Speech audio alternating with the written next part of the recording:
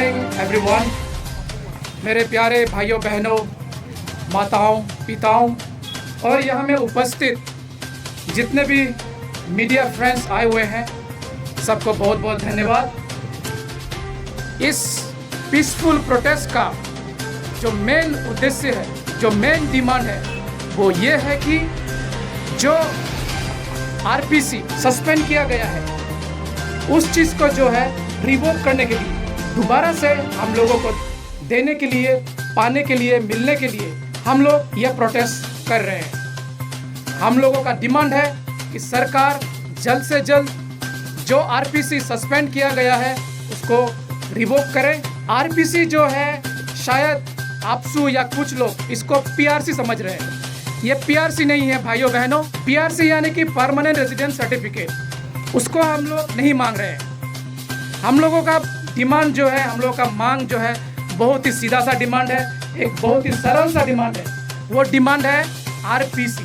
RPC यानी कि residential proof certificate. मुझे लगता है कि ये एक गलत फहमी है, this is a wrong premises कि बोलना कि हम लोगों को आरपीसी देने से इंडिजिनियस लोगों का राइट्स है उसको, उसमें एनक्रोचमेंट होगा।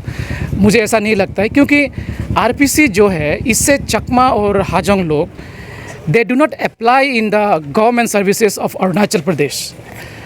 हम लोग जो है सिर्फ और सिर्फ सेंट्रल गवर्नमेंट की सर्विसेज में अप्लाई करते हैं। और आप सबको पता भी होगा कि आरपीसी जो है काफ़ी सालों से दिया जा रहा है, जिसके बदौलत जो है hundreds of Chakmas and Hajong youths are serving this country in Indian army, paramilitary, Assam rifle और अलग अलग भिन्न भिन्न सर्विसेज में अपना जो है योगदान, अपना सर्विस दे रहे हैं। तो मुझे नहीं लगता है कि इसमें कोई इंडिजिनियस लोगों का जो राइट्स है उसमें हम लोग कोई एनक्रोचमेंट कर रहे हैं। तो जैसे अभी सोशल मीडिया में बहुत कंट्रोवर्सी चल रही है, जो कि आप लोग का जो पॉपुलेशन को लेके, तो उस विशेष में आप क्या कहना चाहते हैं? देखिए, हम लोग का इशू जो है एक पॉलिटिकल इशू बना दिया गया है बहुत पहले से ही।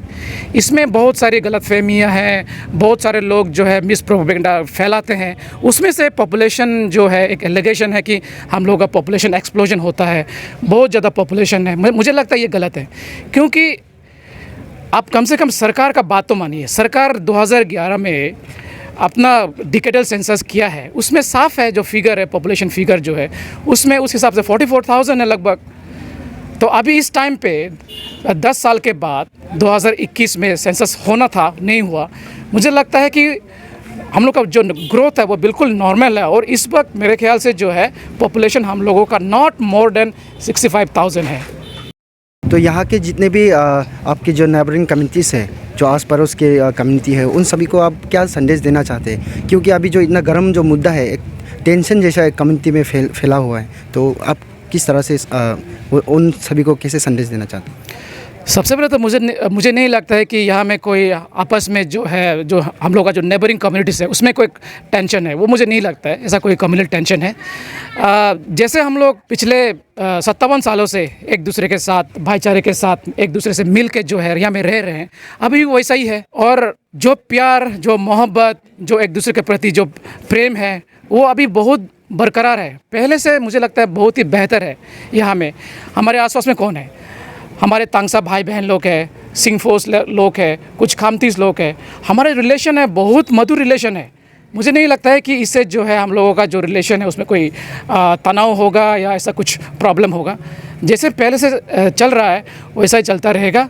वो लोग भी हम लोग को सपोर्ट करते हैं, भाईचारा दिखाते हैं। हम लोग भी उनके प्रति प्यार है, प्रेम है, दिल में, हृदय में, वैसा ही चलता रहेगा हमारा। ये जो मुद्दा चकमा हाजोंग का जो मुद्दा चल रहा है, ये आज काफ़ी लगभग शायद ऐसा हो चुका है, लेकिन अभी तक कोई सोल्यूशन नहीं आया है। अभी हम देखेंगे पूरा यूथ सोशल मीडिया में बढ़ के बोल रहा है कि कोई ना कोई सोल्यूशन लाइए।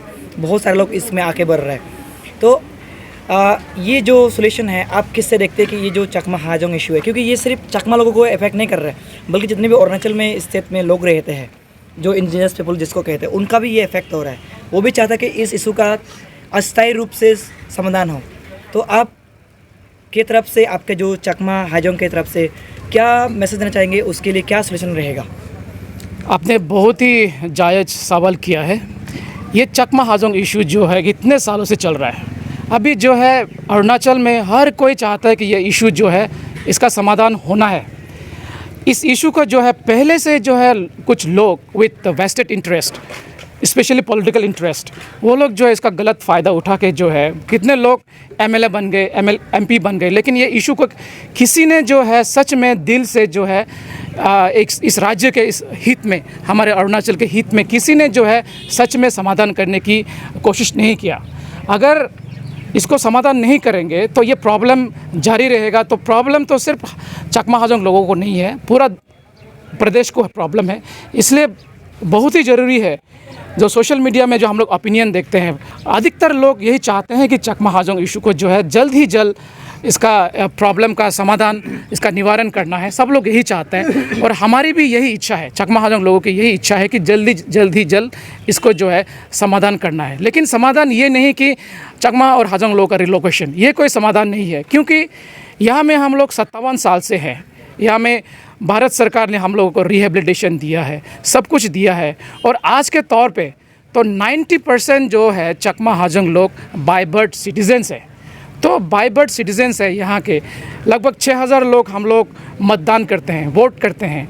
तो यहाँ से दूसरे जगह ले जाना या रिलोकेट होना, इसमें कोई ऐसा कोई सवाल ही नहीं है।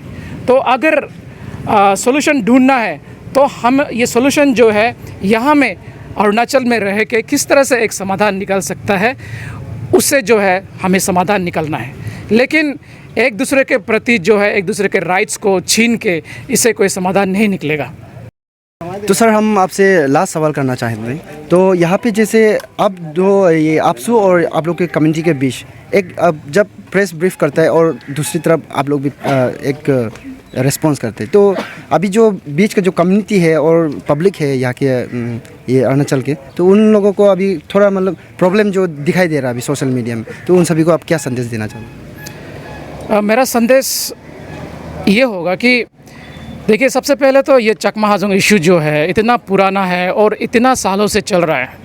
हर साल ये जो मुद्दा जो है छाया रहता है। तो चकमा हाजोंग इशू के प्रति जो है पहले से बहुत सारी भ्रांतियां हैं, बहुत सारी गलतफहमियां हैं, क्योंकि आपसू का एक पॉइंट ऑफ व्यू है, फिर चकमा लोगों का एक पॉइंट ऑफ व्यू है, फिर दोनों पॉइंट ऑफ व्यू में सच क्या है।